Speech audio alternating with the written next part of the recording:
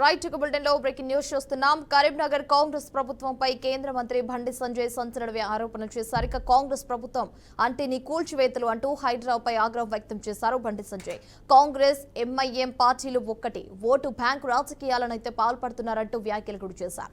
కేంద్ర మంత్రి బండి సంజయ్ మాట్లాడుతూ రైతులకు రైతు భరోసా ఇస్తారన్న మాటలను ముఖ్యమంత్రి రేవంత్ రెడ్డి మర్చిపోయారు. ఎన్నికలు వచ్చినప్పుడే కాంగ్రెస్ నేతలకు రైతు భరోసా గుర్తుకు వస్తుందని ప్రశ్నించారు బండి సంజయ్.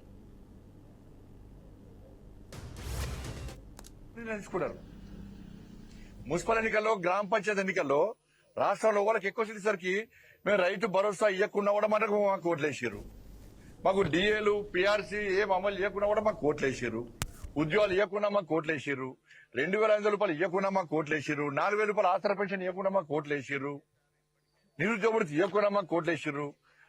ఫీజు రియంబర్స్మెంట్ ఇవ్వకుండా మాకు ఓట్లేసారు. గ్రామ పంచాయతీలకు, మున్సిపల్కి ఒక్క పైసా ఇవ్వకుండా మాకు ఓట్లు వేసారని చెప్పి ఒక అహంకారము ఇలా కాంగ్రెస్ పార్టీ ప్రభుత్వం లోపల వచ్చేసింది. దానికి మనమే కారణం. కాబట్టి ఇప్పుడు ఏం చేస్తారు, జెడ్పీటీసీ ఎంపీటీసీ ఎన్నికల్లో కాంగ్రెస్ పార్టీ ప్రభుత్వానికి గుణపాఠం చెప్తే రైతు భరోసా రెగ్యులర్ గా వస్తుంది. మీరు ఇప్పుడు ఒక విడత వేసాక మళ్ళా మాకు రైతు భరోసా వేసండి మీకు ఓటు గుర్తారనుకోరు, నెక్స్ట్ రాదిగా.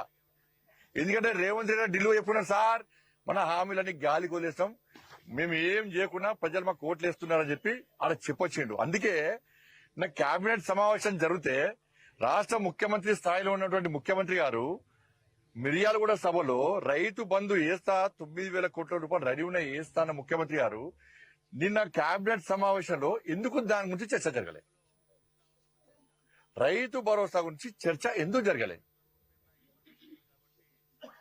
కానీ రైతు భరోసా వేసే ఉద్దేశం లేదు. రైతులు ఆలోచించాలి. ఇప్పటికీ ఈ 2 విడతలు కలిపి 20,000 కోట్ల రూపాయలు కేటాయించాలి బడ్జెట్. ఇలా ప్రజలు ఒక తప్పు నిర్ణయించుకున్నారు. మున్సిపల్ ఎన్నిక